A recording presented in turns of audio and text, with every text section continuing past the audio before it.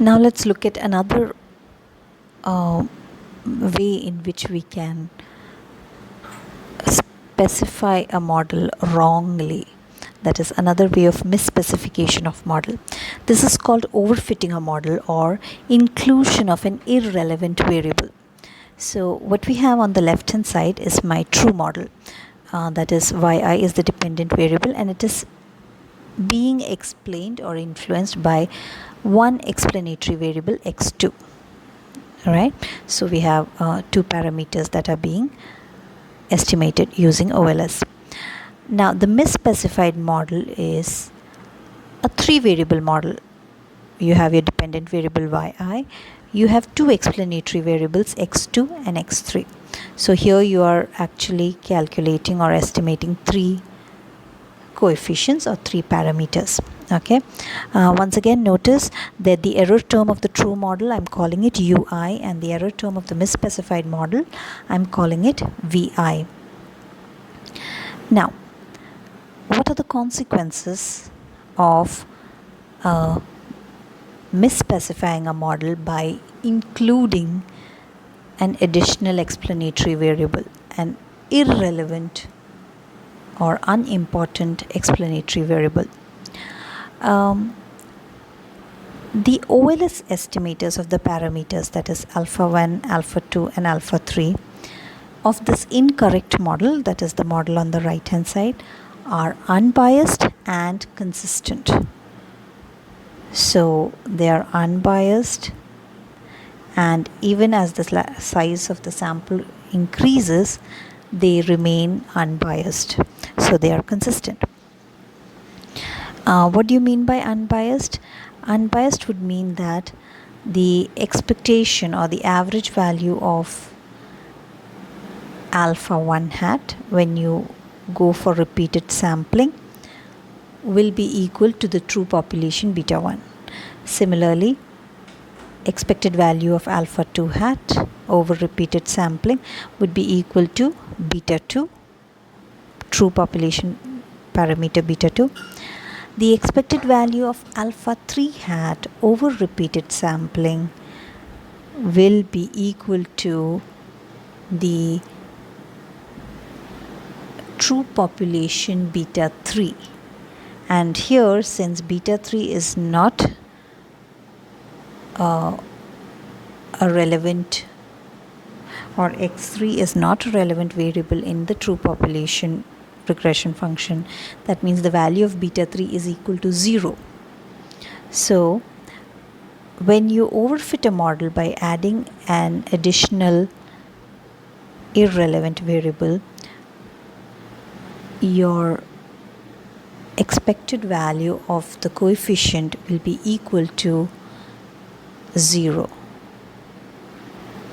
So in that sense, it is unbiased, and this property is consistent, which means even as the sample size increases, the unbiasedness is preserved. What about sigma square? The error variance sigma square, that is the variance of the population error term, is correctly estimated. So even that is not facing any trouble. If your sigma square is correctly estimated, and if you have biased estimators, obviously that means that your usual confidence interval and hypothesis testing procedures remain valid. So what is the negative impact of overfitting a model? The negative impact is that the estimated alphas, that is alpha 1 hat, alpha 2 hat and alpha 3 hat, will generally be inefficient. Remember what inefficient means? It means their variance will not be the least in the class of the all linear unbiased estimators. So the variances of alpha 1, alpha 2 and alpha 3 will generally be larger than the variance of the true population beta 1 and true models beta 2 hat. Right? So in the misspecified model, we do not have estimators that have minimum variance. In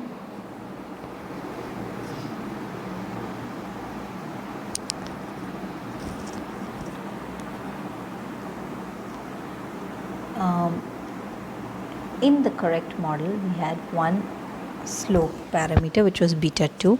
The variance of beta 2 hat is given by sigma square by summation x2I whole square. Remember, the small x variable means deviation from mean x2 bar.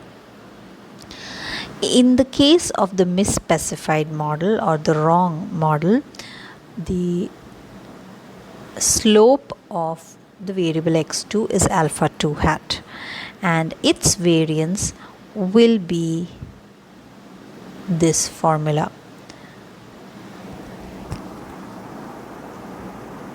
So what this basically means is that the variance of the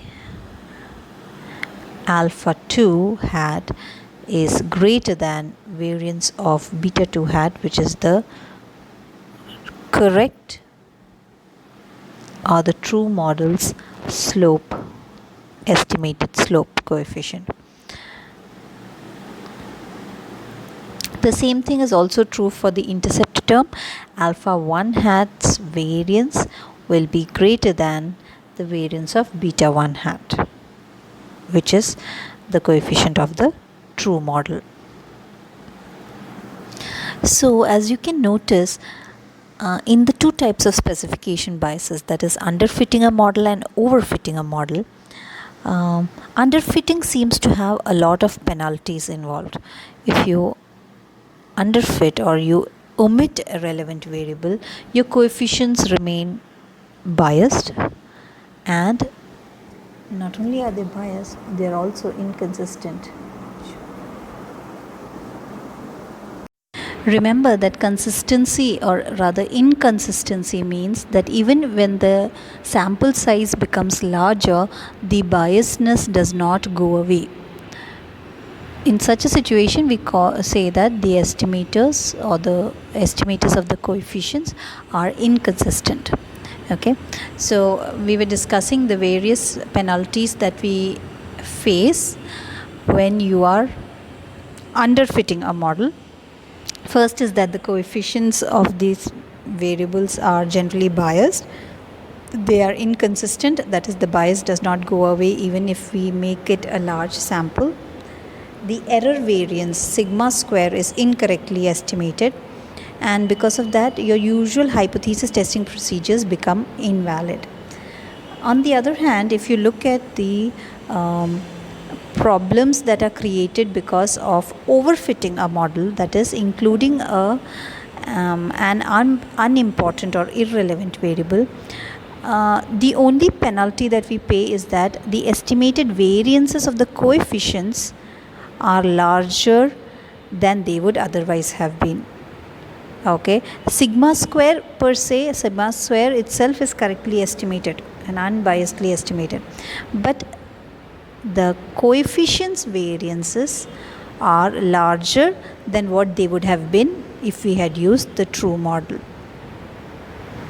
And if that is the only problem, what it means is that the probability inferences about the parameters will be less precise because they are having wider confidence intervals.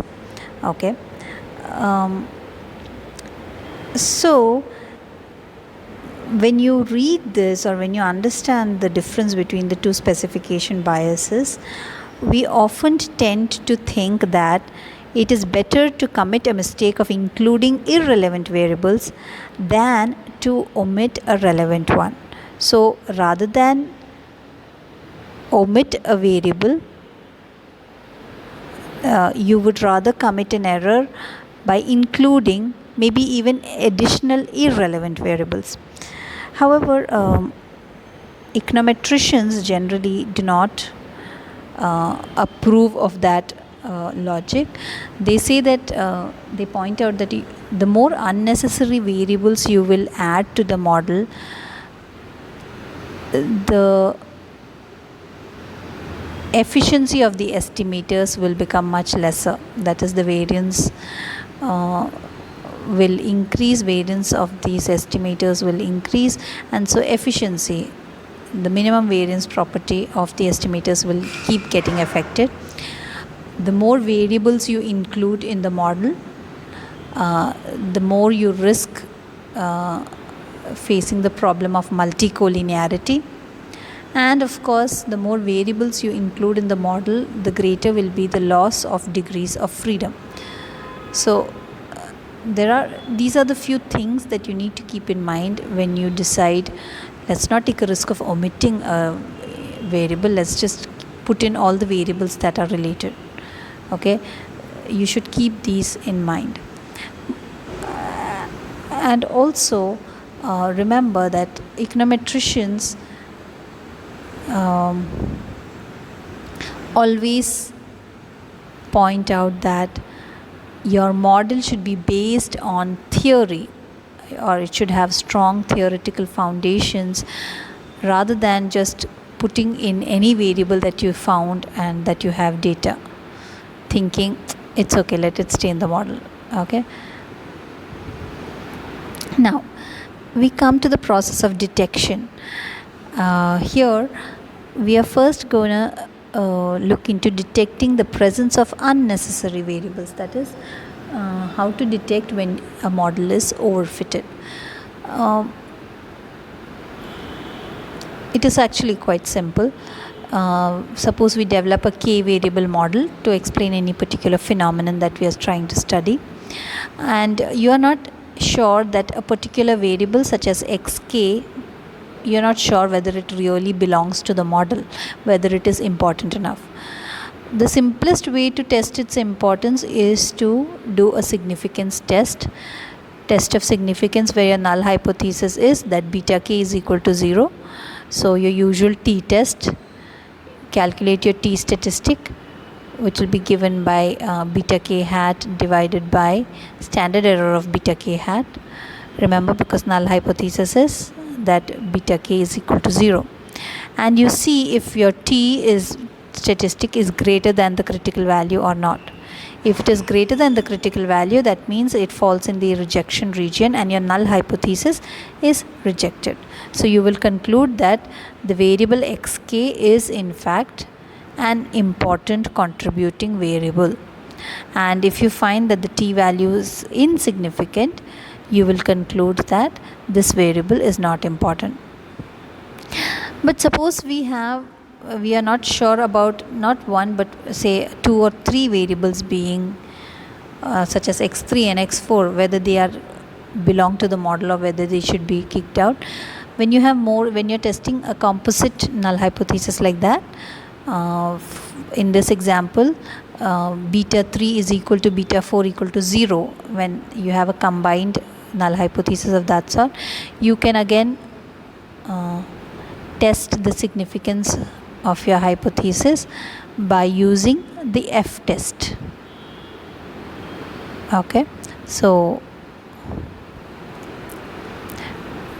the only problem here is when we use this method, several people, they tend to use these T and F statistics to build a model iteratively. Iteratively means repeating the same steps. So this strategy is called the bottom-up approach. What you do is you start with a small model, say yi is equal to, let me just, 1 second.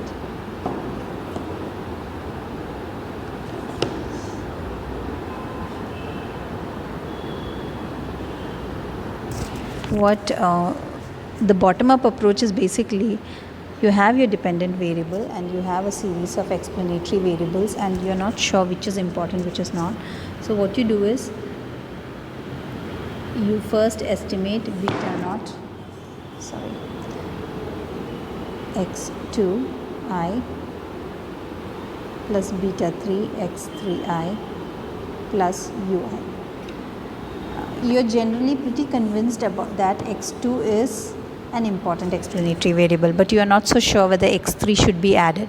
So what they do is they add the second variable x3 and then they test the significance of the t statistic of each of these coefficients, and if the t statistic of beta 3 is greater than the critical value, they decide, okay, so this is my correct model because x3 is important. Now they are confused whether beta 4 or x4 is an important variable. Next step, they'll run a different regression model. Sorry, one second. They'll run a regression model where, say, alpha 1 plus alpha 2 x2i plus alpha 3 x3i, and they want to know whether x4i needs to be included, okay, plus the error term, I'm calling it vi, and again they will test the t statistic, or on the basis of f they will test whether the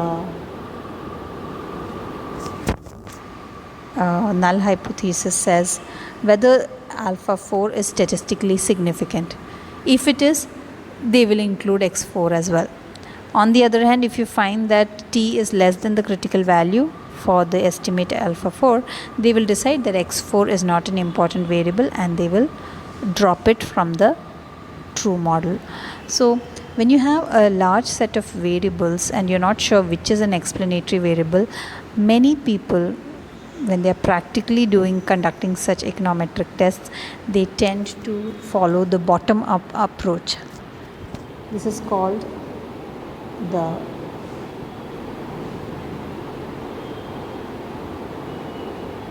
bottom-up approach, where you start from the small model with one or two variables and then you keep adding additional explanatory variables. You decide to continue to keep that variable if your t-test or f-test shows that the variable has a significant coefficient. But this method is widely criticized by the purist school of thought, that is, econometricians who believe that the models should be based on solid economic theoretical background rather than just experimenting with it and trying to decide and determine which is the best model to use. This bottom-up approach is also called data mining, okay, regression fishing, data snooping, and number crunching. Okay, even though it is looked down upon, there are lots of models and lots of econometric tests that do essentially carry out this number crunching business in order to determine which is the model that best fits your data. So it is looked down upon. It is not considered to be the right method of doing empirical research. Okay.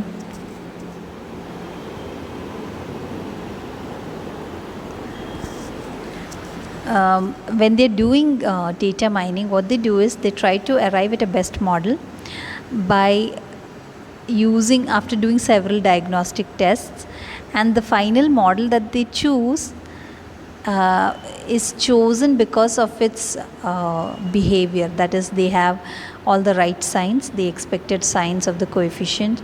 They are all statistically significant, whether it is on the basis of t-test or the f-test, and if the r-square value is reasonably high, the Durbin-Watson d is around the acceptable level of 2, and so on. So they keep adding or deleting variables in order to, till they arrive at the best model, which shows good behavior in terms of all these signs, right, all these indicators. But like I said, true econometricians look down upon this type of data mining, where you build the model using such diagnostic testing, step-by-step process. They believe that it should be done on the basis of theory that tells you which are the important variables